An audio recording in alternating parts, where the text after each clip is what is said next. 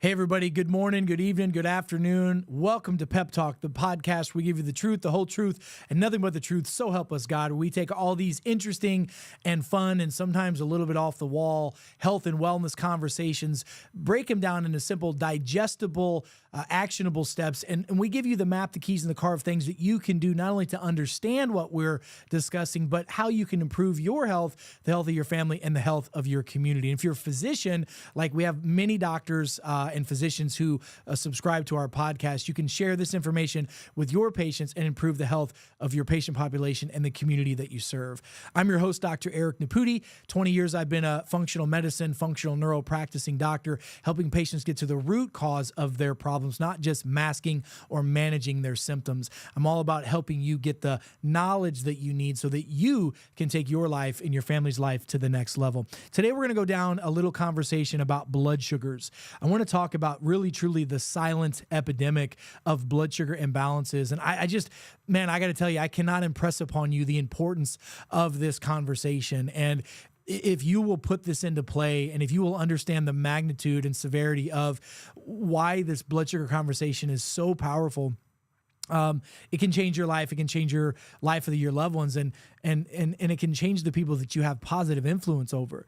And I'm hoping I'm talking about your children, your grandchildren, and doctors, all of your patients, because, man, blood sugar imbalances are the root of many modern disease issues. In fact, I put down in my notes this morning, obesity, diabetes, gut health issues, high blood pressure, high cholesterol, neurological problems, even chronic pain can be traced back to blood sugar dysregulation. And it's often underlooked and not even really looked at in conversations about health. And in this conversation, we're going to explore, balancing blood sugar, how critical it is, and how it contributes to a wide range of all health issues. And I'm going to give you some action steps, both naturally and from a supplemental standpoint, that can help restore and improve the overall balance and well-being of your body. So let's talk about why blood sugar balancing matters. So blood sugar, which is known as glucose, is the primary energy source for your body. However, in its balance is very delicate, right? And frequent spikes and crashes can really wreak havoc on our system, leading to things like insulin resistance, which is when the body stops responding to insulin, which is the hormone that's responsible for regulating your blood sugar. It's produced by the pancreas, and the liver has some regulatory effects of that as well. And then the other reason why blood sugar is important is for inflammation. Chronic blood sugar fluctuations cause an increase in systemic cellular inflammation and then organ inflammation. And most people will tell you that chronic cellular inflammation is the root cause of all illnesses and all diseases. Why else is it important? Blood sugar balance is important for hormonal balance, whether it's your sex hormones, testosterone, estrogen, progesterone, whether it's the hormones for sleep, which is melatonin, whether it's the hormone for stress management, which is cortisol, insulin, or so much more. The blood sugar affects this more than anything else that's out there. And then your cravings and overeating. Dysregulation of blood sugar creates hunger and craving cycles, throwing off the hormones that make you feel full and the hormones that make you feel hungry. And that can lead to a lot of emotional eating and just leads to a whole paradigm of, where we don't want to go. Let's talk about the connection between blood sugar and chronic illnesses and chronic disease. Let's talk about obesity. Obesity, first of all, listen, how does it relate? Elevated blood sugars triggers insulin release, all right? When insulin is released, so you just have to understand this. When insulin goes up, you cannot burn fat. Your liver does not grab stored fat and burn it anymore. So every time you eat something or drink something that causes a spike in your sugar, the hormone insulin goes up, and that then causes a whole slew of issues. When insulin goes up, a lot of things go down as well. Hormone function, metabolism, goes down. But what goes up? Inflammation, and obviously, weight gain goes up. So what's the solution for that? Dietary changes, getting rid of the carbohydrates a lot of times that we're over consuming, minimizing our consumptions of high fructose corn syrup and other artificial sweeteners is a huge place to start. And then implementing intermittent fasting into your regimen. If you can get to a an 18-hour fast of a day, or even a 16-hour fast, but eating within a 6-hour or 8-hour window can really mitigate those sugar spikes and help with fat loss and insulin resistance. Here's another one: type 2 diabetes. Look, long-term blood sugar spikes damages insulin receptors, damages the cellular response, and leads to diabetes. And diabetes has a whole slew of comorbidity issues that goes with it, including kidney disease, including arterial and atherosclerosis, including cardiovascular disease, and so much more. So again, what's the solution? Combine dietary changes with natural insulin sensitizers, which I'll talk about. By the way, things like berberine, things like chromium picolimate, and other GLP-1 agonists are very beneficial to do. Gut health. There is a direct correlative and causative effect on blood sugar issues and your gut health. I have so many people that are taking probiotics and they're eating fermented foods, but yet they're still having horrible issues with leaky gut problems because they're getting so much influxes of insulin and blood sugars that elevate in their body. So if you're not dealing with the root cause of the problem, which in most cases is insulin issues and blood sugar imbalances, you're never going to fix the problem. And diet is the best way. What to eat, when to eat, and how to eat is the best way to do this. High blood pressure and high cholesterol. Did you know that the vast majority of people who have high blood pressure actually have it because of blood sugar imbalances and insulin resistance? That's right, folks. Most people don't realize that the reason why their pressures are elevated is simply because their sugars are spiking at an abnormal rate. And the same thing is true with cholesterol. When you have increased cholesterol production, which, by the way, only about 8 to 10% of that is genetic in nature, the rest of it is from our food choices and our stress. And by the way, cholesterol is a stress response chemical that's made in the body, in the liver, that does a lot for repair and regeneration in our system of all the tissues in our body. But think about this. If you're ingesting too much sugar under a microscope looks like a little piece of glass. So we have like little shards of glass that are going down the intestinal tract and down the lining of our arteries and our veins, and that's going to cut and irritate the lining of the arteries. Well, cholesterol comes in the form of plaque to try to fill in those holes. It's like spackle if I was going to try to fix the hole in the drywall of my house or something.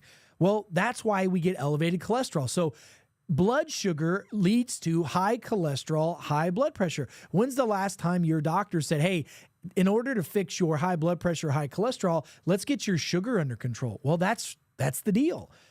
Let's talk about another thing, neurological issues.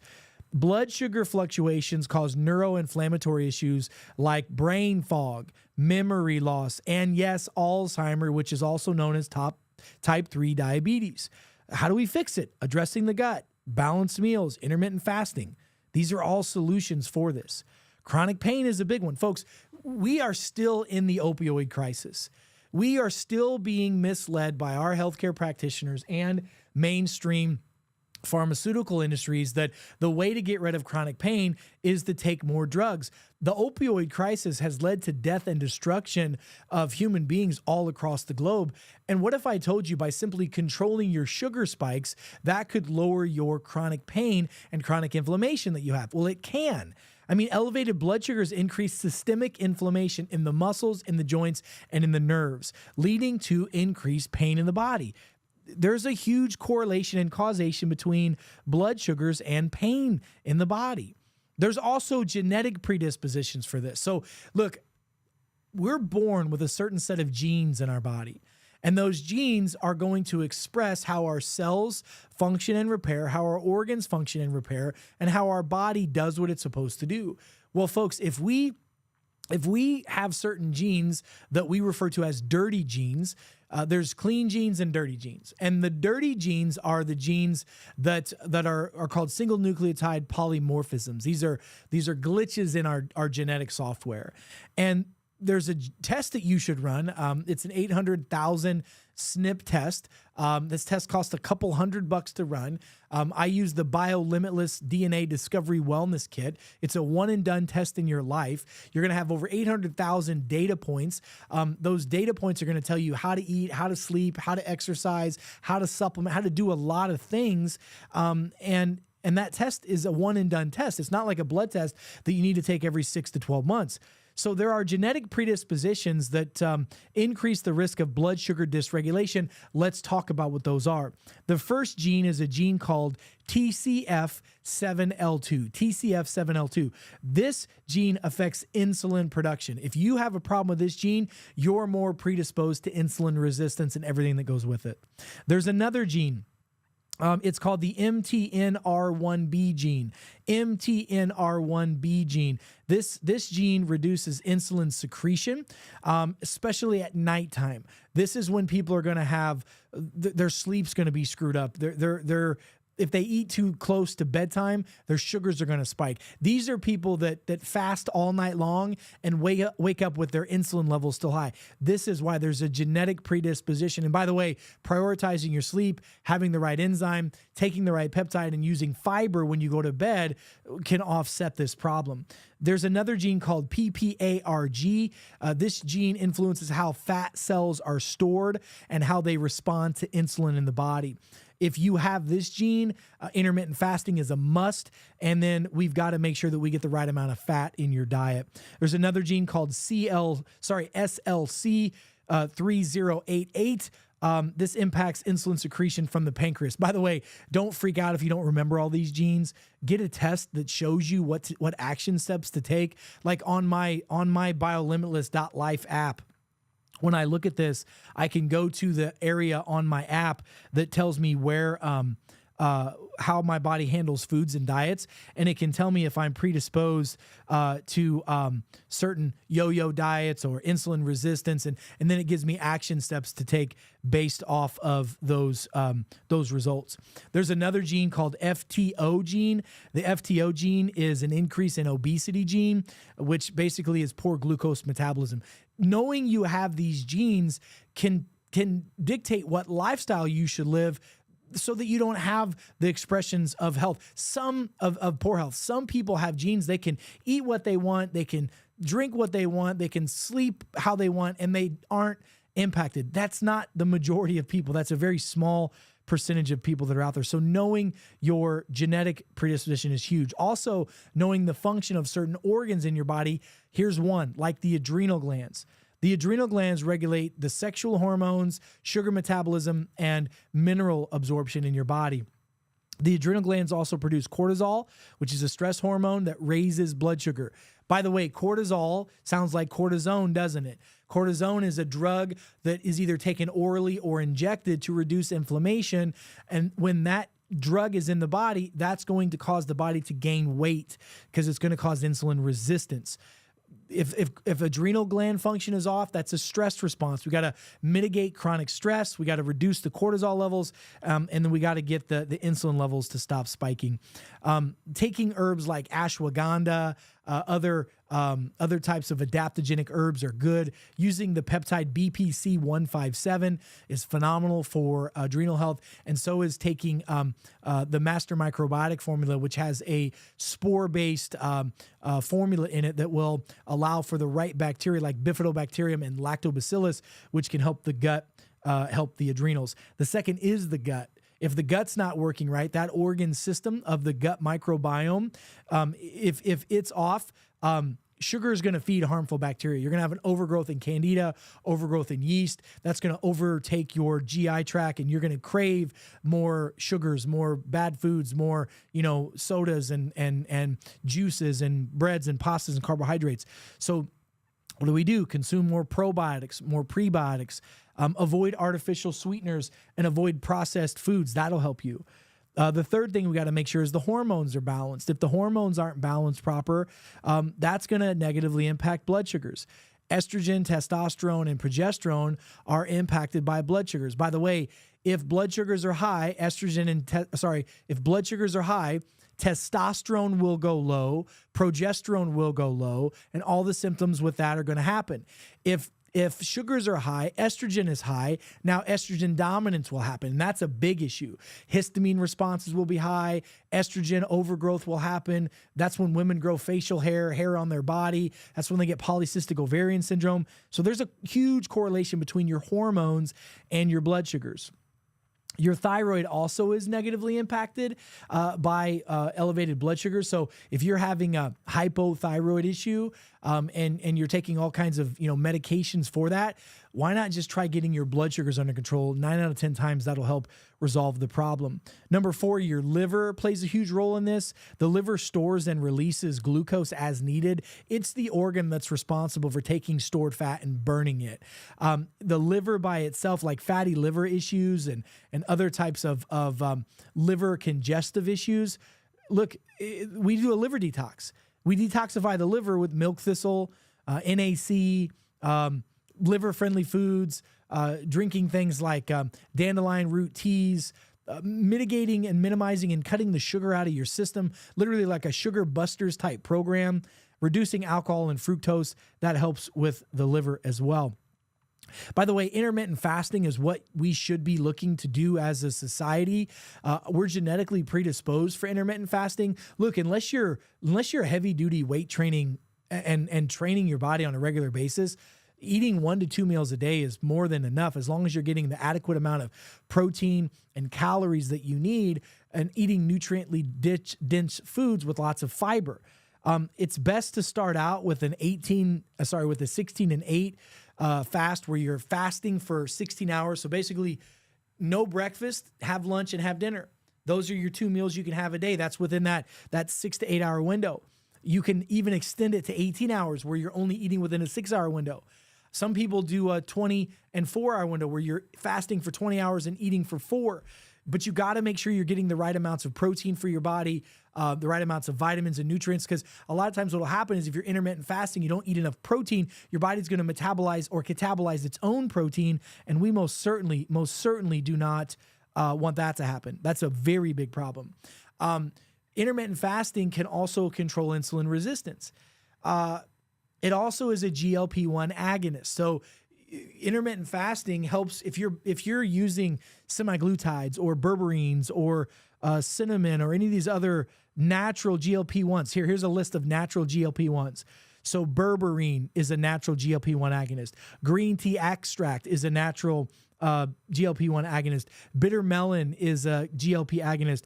Probiotics is a GLP agonist. Fiber-rich foods like phylum husk and vegetable fibers and things of that nature are very good. Synthetic peptides like semaglutide and trizepatide, and these mimic the effects, but man, just intermittent fasting, having a high protein diet and using those natural GLP-1 agonists can help your body do the same thing that semaglutide can do.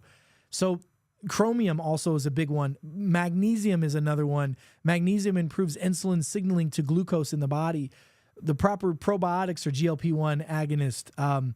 Chromium picolimate balances insulin. That's another big one. And fiber. Fiber is another big one. So what are some biohacks that you can do right now? Number 1, adapt a low glycemic diet. So focus on protein, good healthy fats, and fiber.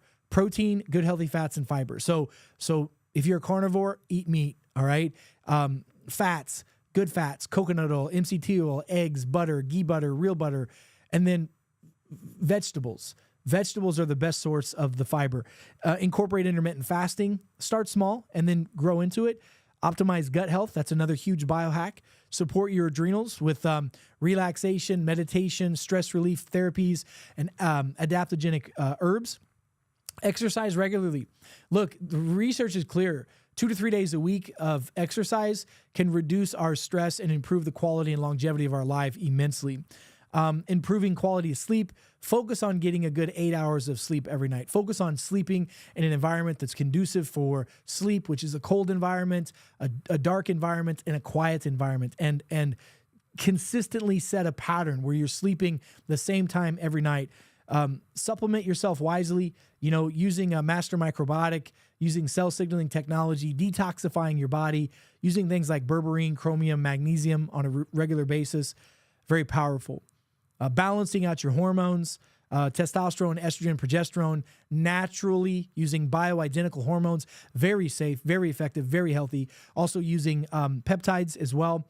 Detoxifying your liver, using milk thistle and reducing your intake of high fructose corn syrup and really fructose of any kind. And then test, not guess. Test your DNA. Find out what genetic imbalances you have. Figure out what lifestyle you should be living. How should you eat? How should you sleep? What foods are best for you, and etc. Folks, this is really simple. You have the ability to make the changes, and you have the responsibility to do it. Nobody else is going to take care of you as good as you're going to take care of yourself. Learn, get knowledge. Knowledge is power, but wisdom is taking that knowledge and applying it to your life. Folks, I want you to go back, rewatch this podcast, share it with your friends, your family, and your loved ones. Make sure that you go to our website. That's peptalk.world. peptalk.world. Like, subscribe, and share. And remember, folks, knowledge is power, but wisdom is taking that knowledge and applying it to your life. Folks, until we meet again, I'm Dr. Eric Naputi. God bless you, God bless America, and God bless the world. Stay smart out there, and I'll see you next time. Be well.